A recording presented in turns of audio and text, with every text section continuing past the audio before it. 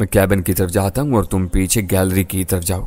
कुत्ते की आखिरी बार भौंकने की आवाज वहीं से आई थी। दोनों बाहर निकले और दाएं बाएं घूम गए। दूसरा साया पहले वाले की बनिस्बत तवीलुल कामत था। वो भी मुसल्ला था। मैं थक से रह गया। सलीम छालिया की सारी तेज तरारी के बावजूद खेल तो एकदम ही फलाप होकर रह गया था। इनकी बातों से मुझे यही अंदाजा हुआ कि अंदर दाखिल होती सलीम इनके नरगे में जा बंसा था और ये अंदर पहले ही से होशियार और मुस्तैद थे। मैं गहरी सांस लेकर रह गया। सलीम कुछ ज्यादा ही ओवर कॉन्फिडेंस का शिकार हो गया था। अब मैं खुद को फंसा हुआ समझने लगा, क्योंकि इन दोनों में से एक चौकीदार का कैबिन चेक करने गया था और दूसरा इसका तवीलुल कामत साथी गैलरी देखने। वहां उसी चौकीदार समेत कुत्ते का भी बेसुध पड़ा वजूद नजर आ जाना था। यूं सरे दस्त मेरे फौरी तौर पर यहां से निकलने की राह भी मसदूद हो चुकी थी। लेकिन अगले हिले में मेरे जहन में एक झमाका हुआ। इन दोनों की मुख्तसर गुफ्तगू से मुझे अंदाजा तो हुआ था कि वो सिर्फ एक ही दरअंदाज का कयास किए हुए थे। अगर मैं कुछ देर के लिए अपनी पेशकदमी मौकूफ करके इधर ही दुबका रहूं तो मामला ठंडा पड़ सकता है। ये सोचकर मैं मजीद अंदर पौधों की तरफ सिरक गया। अब न जाने अंदर सलीम के साथ इन लोगों ने क्या हश्र किया था, मुझे उसकी परवाह नहीं थी। सलीम ने खुद ही टांग अड़ाई थी। हालांकि खुद उसने मुझे खबरदार भी किया था कि राजा तैमूर की कोठी में दाखिल होना आसान नहीं। मैंने हालात में भी सर झटकर तलखी से मुस्कुरा दिया। थोड़ी देर गुजरी थी कि मुझे गलियारे की तरफ से उसी तवीलुल कामत शख्स की आवाज सुनाई दी। उसने अपने ठिंगने साथी को पुकारा था जो गार्ड कैबिन चेक करने गया था। तो थी दरा, आमड़ी यहां मौजूद है और सूजी भी। आमड़ी शायद चौकीदार का नाम था और सूजी कुत्ते का, वो शायद मादा थी। हस्बत वक्का दोनों वहां ढेर पड़े इसे दिखाई दे गए थे। इसका ठिंगना साथी बनाम तोती के दौड़ते कदमों की आवाज आई। तभी मेरा सोचता ज़हन एकदम ठिठका। मौका नादर था और पीछे हटने का कोई फायदा नहीं था। मैं झांबे और तोती को गैलरी की तरफ मसरूफ पाकर बेआवाज कदमों से पौधों और गमलों की आड़ से निकलकर मरकजी दरवाजे से अंदर दाखिल हो गया। ये हाल था। हल्की रोशनी फैली हुई थी। इर्द गिर्द तेजी से नजरें फैलाने पर मुझे वहां सन्नाटे के सिवा कुछ दिखाई नहीं दिया। हाल खाली पड़ा था। वहां फर्नीचर सजा हुआ था और दीगर कीमती आराइशी अशिया भी। सलीम कहीं दिखाई नहीं दिया। शायद वो इन झांबे और तोती के नरगे में आ चुका था और न जाने इन्होंने इसके साथ क्या सलूक किया होगा और किधर छुपा दिया था। दाएं जानिब एक दीदा जेब रेलिंग वाला घूमता जीना मुझे ऊपर जाता दिखाई दिया, जबकि इससे पहले दाएं जानिब एक कॉरिडोर और बाद में चंद कदमों के बाएं जानिब दूसरा कॉरिडोर। आखिरी कॉरिडोर से मुझे हल्की सी रोशनी फूटती दिखाई दी। मैं दबे पांव उसी तरफ बढ़ा। मुझे बाहर से इन दोनों की वापसी का भी धड़का लगा हुआ था, तहम मेरे मोहतात अंदाजे के मुताबिक अभी इनकी वापसी में थोड़ी देर हो सकती थी। कॉरिडोर में दाएं बाएं दो कमरों के दरवाजे दिखाई दिए जो बंद थे, जबकि सामने कोई वसीम नशिस्तगाह थी। रोशनी वहीं से आ रही थी। मैं दबे कदमों आगे बढ़ा। यहाँ भी दीवार के साथ साथ आराइशी निस्फ कद आदम कमले, शोपीस और मुजस्मे टिके हुए थे। दाएं जाने मुझे मजीद साथ साथ दो बड़े कमरों के दरवाजे दिखाई दिए जो बंद थे। अचानक ही एक का दरवाजा खुला। मैं तेजी से एक कद आदम मुजस्मे के अकम में जा दुबका। अंदर से बरामद होने वाले शख्स को पहचानते ही मैं चौंक पड़ा। वो राजा तैमूर का लाडला बेटा वसीम था। वही वसीम जिससे मेरी तल्ख कलामी होती रही थी और जो शगुफ्ता खातून की बेटी निग्घत का महबूब और कबीर का रकीब था। वो स्लीपिंग सूट में था और उसके एक हाथ में पिस्तौल नजर आ रहा था। मैं बुरी तरह चौंक पड़ा तो गोया उसे भी अंदर की खड़बड़ का इल्म हो चुका था। मिशन वाकई फेल हो गया था। इसका जिम्मेदार सलीम छालिया ही था। मुझे उस पर गुस्सा आने लगा। वो खुद भी जाने कहां फंस गया था। अचानक तेजी से बढ़ते हुए कदमों की आवाज उभरी। मैं जरा और पीछे की तरफ दुबक गया। वो दोनों तोती और झांबा थे। वसीम के करीब आकर बोले, छोटे साहब, आमड़ी बेहोश पड़ा है। सूजी को इस बदबख्त ने हलाक कर डाला और कोई साथी तो नहीं इसका। मेरा ख्याल है वो अकेला ही था। इस जलील ने सूजी को हलाक कर डाला। उफ खुदाया, वसीम को झटका लगा। साहब, पुलिस को फोन कर दिया आपने? तोती ने पूछा। कर दिया है, इंस्पेक्टर दिलावर पहुंचने वाला है, वसीम ने कहा। मुझे सूजी के पास ले चलो। वसीम ने स्लीपिंग गाउन की जेब में पिस्तौल रखते हुए यूं कहा जैसे सूजी उसकी महबूबा हो। उसे उसके मरने का बेहद दुख हो रहा था। लेकिन नहीं, मैं नहीं देख सकूंगा। तुम पुलिस इन्वेस्टिगेशन के बाद इसकी लाश दफना देना और आमड़ी के लिए डॉक्टर को फोन कर दो। और हाँ, जिस चोर को पकड़ा है वो भाग न पाए। बहुत बेहतर छोटे साहब, आप बेफिक्र नहीं, वो कहीं नहीं भाग सकता, तोती बोला। झांबे ने अचानक ही उसे देख लिया था और उसके सर पर ऐसा डंडे का वार किया कि वो वहीं ढेर हो गया। दूसरे कमरे में रस्सियों से बांधकर उसे डाल दिया है। ठीक है, डैडी को मत जगाना, वो आज देर से सोए हैं। ये मामूली चोरी की वारदात है, वसीम ने कहा और अपनी ख्वाबगाह की जानिब मुड़ गया। ये लोग सलीम को चोर समझ रहे थे। ये भी अच्छा ही था। तहम राजा तैमूर के बारे में मैं नहीं कह सकता था कि वो सलीम को पहचानता था या नहीं। उसे डिस्टर्ब नहीं किया गया था। वो शायद बराबर वाले कमरे में महव ख्वाब था। सलीम धोखे और ओवर कॉन्फिडेंस के सबब मार खा गया था, वरना वो इनके नरगे में आने वाला कहां था। झांबे, तू चोर के कमरे में जाकर इसकी चौकीदारी कर, मैं गेट पर जाता हूं। इंस्पेक्टर को लेकर मैं भी इधर ही आ जाऊंगा तो छोटे साहब को इतला कर देंगे। तोती ने अपने साथी से कहा। मेरा दिल यकबार की जोर से धड़का। तोती बाहर की जानिब पलट गया, जबकि झांबे को मैंने उल्टे हाथ के उसी कॉरिडोर की तरफ पलटते देखा जो मरकजी दरवाजे के बाद वाले हाल के बाएं जानिब था। मेरा दिल तेजी से धड़कने लगा। झांबा इसी कमरे में जा रहा था जिधर सलीम मुकय्यद था। मैंने सलीम को बहरहाल पुलिस के आने से कबल ही निकाल ले जाने का इरादा किया। एक बार इसी कमरे की तरफ देखा जिधर से जरा देर पहले वसीम नमूदार हुआ था। दरवाजा बंद था। तसल्ली के बाद मैं नहायत एहतियात के साथ अपनी जगह से निकला और झांबे के पीछे दबे पांव चल दिखा। वो जैसे ही मज़कूरा कमरे का दरवाजा खोलकर अंदर दाखिल हुआ, मैं बिजली बंद कर उसके सर पर कड़का और उसे रगेदता हुआ अंदर ले गया। झांबे के लिए यह सब यकीनन गैर मुतवक्का था। इसने संभाला लेना चाहा, मगर अब वक्त कहां था। मैंने उसे चापती मखसूस तरीके से उसके रगे हिसास मसल डाली। वो वहीं ढेर हो गया। कमरे में रोशनी थी और सलीम फर्श पर गठड़ी बना रसन बस्ता हालत में पड़ा था। वो होश में था और उसके सर के पिछले हिस्से से खून बह रहा था। मैं उसकी हालत देखकर मुस्कुराया। वो खा जाने वाली नजरों से मुझे घूरने लगा। मैंने जल्दी जल्दी उसकी रस्सियां खोली। वो कराहा और अपने सर के पिछले हिस्से के जख्म को सहलाने लगा। मैंने उसी की शर्ट फाड़कर उसके सर पर पट्टी बांधी। मैं इन दोनों सुवरों को जिंदा नहीं छोड़ूंगा, वो गुर्राया। पुलिस पहुंचने वाली है, यहां निकलने की करो, तुम्हारी वजह से मिशन फेल हो गया है, मैंने बरहमी से कहा। वो मेरी बात पर चौंक पड़ा। मैंने मुख्तसर अल्फाज में उसे सारी बात बता डाली। इसका वापस पलटने का मूड नहीं हो रहा था, मगर अब मजीद मुहिमजोई का कोई फायदा भी नहीं था। यहां अपनी जान के लाले पड़ चुके थे। यूं हम जिस तरह आए थे उसी तरह वापस पलट गए। बाहर आते रात की तारीकी में हमें पुलिस की जीप की हेडलाइट्स नजर आ गईं।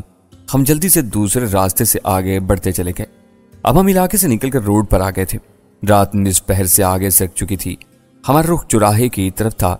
सामने से गग्गल अपनी 125 पर आन पहुंचा। यह क्या हुआ? गग्गल ने चौंक कर हमारी तरफ देखा। सलीम के सर पर बंधी हुई पट्टी ने उसे तशवीश में मुब्तला कर दिया था। इसी से पूछ लो, सारा खेल बिगाड़ दिया इसने। मैंने तलखी से सलीम की तरफ इशारा करते हुए उससे कहा, जरूर तुम ही ने इसे फंसाने की कोशिश की होगी। गग्गल ने बाइक का इंजन बंद करके मेरी तरफ देखकर गुस्से से कहा। इसकी बात सुनकर मुझे भी तैश आ गया। जुबान संभाल कर बात कर, मगर इसे नहीं बचाता तो इस वक्त मेरे साथ होने के बजाय पुलिस के हवाले होता। यह ठीक कह रहा है गग्गल, सलीम ने मेरी बात की तायद में कहा।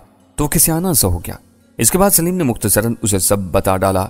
मेरा ख्याल था गग्गल मुझसे अपने लहजे या बदगुमानी पर माजरत खा होगा, मगर उसे रूखे लहजे में कहा, तब फिर हमें वापस चलना चाहिए। चलो सोहराब, हम तुम्हें घर छोड़ते हुए चलते हैं, सलीम ने मुझसे कहा। वो खिसियानी बिल्ली बना हुआ था। नहीं, मैं कोई टैक्सी ले लूंगा, मैंने खराब से मूड में कहा। लेकिन इस वक्त तुम्हें कहां से टैक्सी मिलेगी यार, रात आधी से ज्यादा बीत चुकी है, वो हैरत से बोला। अभी उसने इतना ही कहा था कि अचानक ग्रीन वुड की तरफ से किसी गाड़ी की हेडलाइट्स दिखाई दी। हम सड़क के किनारे कदर तारीकी में खड़े थे और यहाँ स्ट्रीट लाइट्स नहीं थी। वो कार थी और खासी तेज रफ्तारी के साथ चली आ रही थी, फिर जन्नाटे के साथ हमारे करीब से गुजर गई। सलीम और गग्गल की तो नहीं, अलबत्ता मेरी गैर इरादी नजरें उसी तरफ उठी थीं। अगले हिल में मैं बुरी तरह चौंक पड़ा। कार में सिर्फ एक ही फर्द था और वही स्टीयरिंग संभाले हुए था, और ये निघत थी, शगुफ्ता खातून की बेटी। मिकलमे को भोंज का रह गया। निघत का ग्रीन वुड की तरफ से रात के इस पहर गुजरना साफ जाहिर करता था कि वो राजा तैमूर की कोठी से ही आ रही थी। निघत को देखकर मुझे एक जबरदस्त सी शाक लगा। क्या वो यहां मौजूद थी? मैंने शशो पंच से सोचा। मेरे शुबे को इसलिए भी तकवीयत पहुंची थी कि वसीम और निघत एक दूसरे के पुराने चाहने वाले थे, मगर यह बात मेरी समझ में नहीं आती थी कि इस वक्त भला निघत का यहां इसकी कोठी में मौजूद होना या वहां से रवानगी क्या मानी रखती थी। कि सोच में पड़ गए तुम?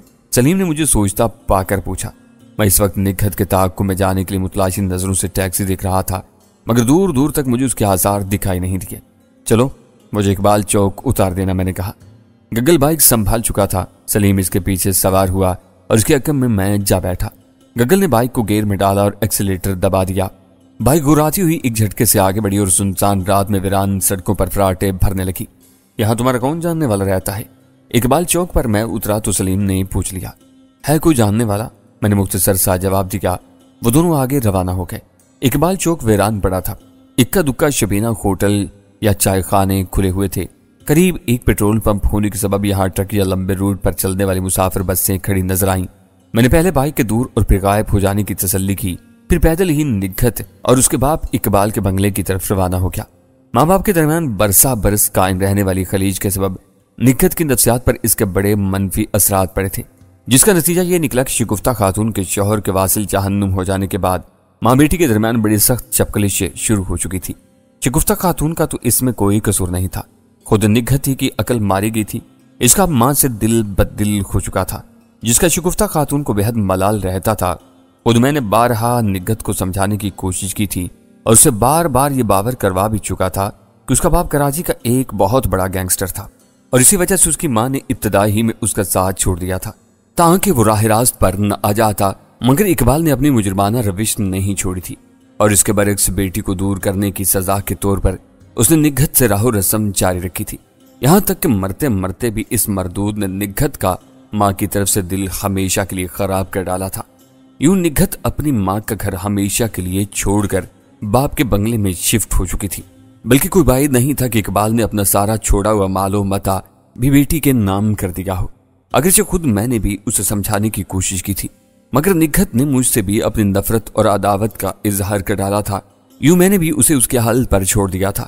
کوئی اور موقع ہوتا تو مجھے ہرگز نگہت کے اس طرح اور رات کے اس آخری پہر تعقب کرنے کی چندہ ضرورت نہ ہوتی، لیکن معاملہ کچھ حساس اور پر اسرار تھا۔ میرے لیے یہ سب چونکا دینے والی بات تھی کہ نگہت کا رات کے اس پہر وسیم راجہ تیمور کی کوٹھی سے لوٹنا آخر کیا معنی رکھتا تھا، یہی معلوم کرنا میری اہم بن گیا تھا۔ میں پیدل چلتا ہوا بالآخر بنگلے کے قریب پہنچ گیا۔ وہاں میں نے گیٹ کی کال بیل پر انگلی رکھ دی، اندر کہیں بیل کی گونجتی آواز ابھری۔ حسب توقع ذرا دیر بعد ہی دروازہ کھل گیا، کیونکہ میرے محتاط اندازے کے مطابق نگہت بھی ابھی ابھی پہنچی ہوگی، اس لیے کیسے ممکن ہوتا کہ مقبول اور ارشد جاگ رہے نہ ہوتے، لہذا دروازہ ارشد ہی نے کھولا تھا۔ اس کا چہرہ خوابیدہ سا دکھائی دیا، لیکن مجھے دیکھتے ہی وہ پوری طرح چونکا اور اپنی آنکھیں یوں جلدی جلدی جھپکنے لگا، جیسے اسے یقین نہ آ رہا ہو کہ دروازے پر میں کھڑا ہوں۔ تم؟ وہ ایک دم تلخی سے مجھے گھور کر بولا۔ نگہت کو بتاؤ کہ میں اس سے ملنے آیا ہوں۔ میں نے اس کی تلخی کو خاطر میں لائے بغیر سرد اور سپاٹ لہجے میں کہا، یہ کون سا وقت ہے یہاں آنے اور نگہت بی بی سے ملنے کا؟ اپنی اوقات میں رہو اور نگہت کو جا کر بتاؤ کہ میں نے اس سے کچھ پوچھنا ہے۔ تم ہوش میں تو ہو اس وقت؟ وہ پھر بدتمیزی سے بولا اور میں نے مارے تیش کے ہونٹ بھینچ کر اسے اندر کی جانب دھکیل دیا۔ وہ چند قدم پیچھے لڑکھڑایا تو عقب میں مقبول سے جا ٹکرایا، جو شاید اسی طرف آ رہا تھا۔ بدماش، پولیس کو فون کرو مقبول۔ سنبھلتے ہوئے ارشد بپر کر اپنے ساتھی سے بولا۔ مقبول نے بھی پہلے حیرت سے میری طرف دیکھا اور پھر غصے سے بولا، یہ کیا بدماشی کر رہے ہو تم؟ جانتے ہو اس طرح زبردستی اور ایسے وقت میں کسی؟ تم دونوں اپنی بکواس بند کرو، میں نے اس کی بات کاٹ کر کہا۔ نگہت سے جا کر کہو کہ میں آیا ہوں، وہ ابھی یہاں پہنچی ہے۔ میری بات نے ان دونوں کے طبق روشن کر دیے۔ وہ نہیں جانتے تھے کہ میں نگہت کا تعاقب کرتا ہوا ہی یہاں تک پہنچا ہوں۔ اسی وقت نگہت بھی وہاں لاؤنج والی وسیع نشستگاہ میں آن پہنچی۔ وہ ابھی تک اسی لباس میں تھی۔ مجھے دیکھتے ہی اس کے چہرے پر پہلے حیرت اور پھر برہمی کے آثار نمودار ہو گئے۔ تم اس وقت یہاں کیا کرنے آئے ہو؟ بی بی جی، یہ بدماشی کر رہا ہے اور زبردستی مجھے دھکا دے کر اندر داخل ہوا ہے۔ ارشد نے میری شکایت کی۔ تم اس وقت راجہ تیمور کی کوٹھی میں کیا کرنے گئی تھی؟ میں نے براہ راست نگہت کی آنکھوں میں آنکھیں ڈال کر سوال کیا۔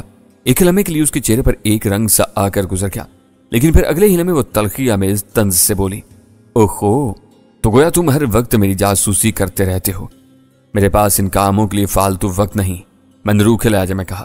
نہ ہی تم میرے لیے اتنی اہم ہو کہ میں ہر وقت تمہارے تعاقب میں رہوں، مگر مجھے بتانا پڑے گا کہ تم وہاں اس وقت وسیم کے ہاں کیا کرنے گئی تھی۔ تم میرے شوہر ہو یا کوئی سرپرست، میری مرضی، میں کسی بھی وقت کسی سے بھی جا کر ملوں۔ تم کون ہوتے ہو؟ نگہت نے تڑ سے جواب دیا، تاہم اب اس کے لہجے میں پہلے والی گھن گرج دم توڑ چکی تھی۔ تمہاری بات اپنی جگہ، لیکن میرے لیے راجہ تیمور اہم ہے۔ تمہارے باپ اقبال کی طرح میں آج کل اس کے پیچھے بھی پڑا ہوا ہوں۔ وہ ایک خطرناک اور کرمنل گروہ کا اعلی کار بن چکا ہے، میں نے انکشاف کے سے انداز میں کہا۔ نگہت پھر چونکی، لیکن اس کے چونکنے کے انداز میں ایسا کہیں بھی مجھے کچھ محسوس نہیں ہوا تھا کہ اس انکشاف پر چونکی ہو، بلکہ انداز ایسا ہی تھا جیسے وہ کسی راز کے افشا ہونے پر پریشان ہو گئی ہو۔ کوئی دعویٰ تو شاید نہ کرتا ہو، لیکن سابقہ تجربات اور حالات انسان کو اس قدر حساس اور چکنا کر ہی ڈالتے ہیں کہ وہ بہت کچھ محسوس کرنے لگ جاتا ہے۔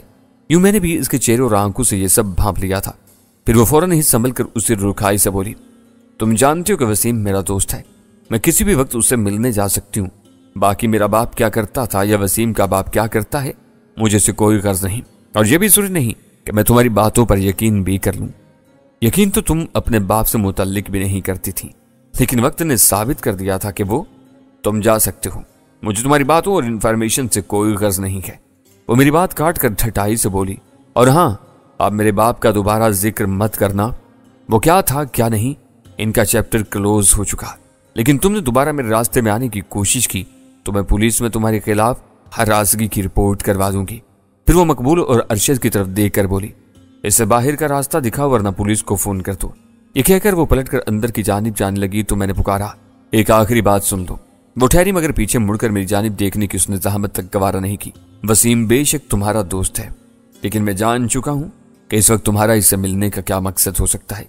رات کے اندھیروں میں خفیہ ڈیل ہی کی جاتی ہے۔ تم غلط راستوں پر چل پڑی ہو، شاید اپنے باپ کے گندے خون کا حق ادا کرنا چاہتی ہو۔ You shut up! وہ غصے سے بپھر کر میری جانب گھومی، مگر میں پلٹ کر دروازے کی جانب بڑھ چکا تھا، پھر باہر ویران سڑک پر آ گیا۔ میرا مقصد پورا ہو چکا تھا۔ میں باقی اسے یہ باور کروا دینا چاہتا تھا کہ میں کیا کچھ جانتا تھا، نیز یہ بھی کہ وہ اس بھول میں بھی نہ رہے کہ میں اس کا پیچھا چھوڑ چکا ہوں۔ مجھے ایک ٹیکسی نظر آ گئی جو قریب ایک گھر پر سواری اتار رہی تھی، شاید وہ ریلوے اسٹیشن سے سواری لائی تھی۔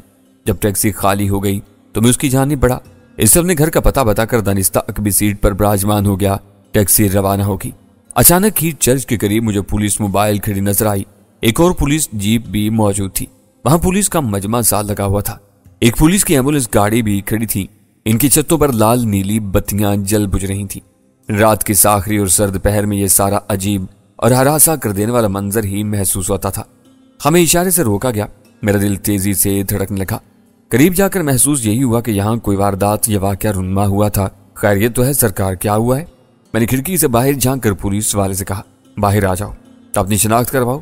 دوسرے پولیس والے نے کڑکدار لہجے میں کہا۔ میں نیچے اتر آیا۔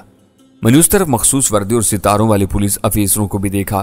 سڑک پر ایک لاش پڑی تھی جس پر چادر ڈال دی گئی تھی، اور ایمبولینس شاید ابھی وہاں پہنچی تھی، کیونکہ اسی وقت سفید لباس میں 2 آدمی اترے اور لاش کو اٹھا کر اسٹریچر پر ڈالنے لگے۔ جانے کیوں میری نظریں چادر سے ڈھکی لاش پر جم کر رہ گئی تھی۔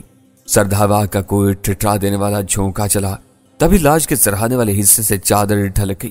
گاڑیوں کے ہیڈ لائٹس میں لاش کا چمکتا مگر مردہ چہرہ میرے سامنے تھا، اور میں جیسے یک لخت گرد و پیش سے بے خبر ہو گیا۔